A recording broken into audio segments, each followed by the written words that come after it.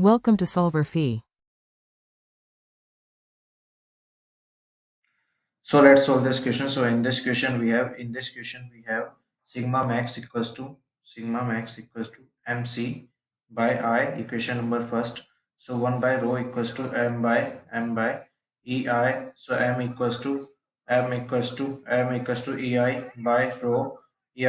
So sigma max equals to C into EI by rho divided by I, that equals to CE by rho, that equals to 29,000 and to 0.065 by 2625 by 2 divided by 12, that equals to 75.52 KSI.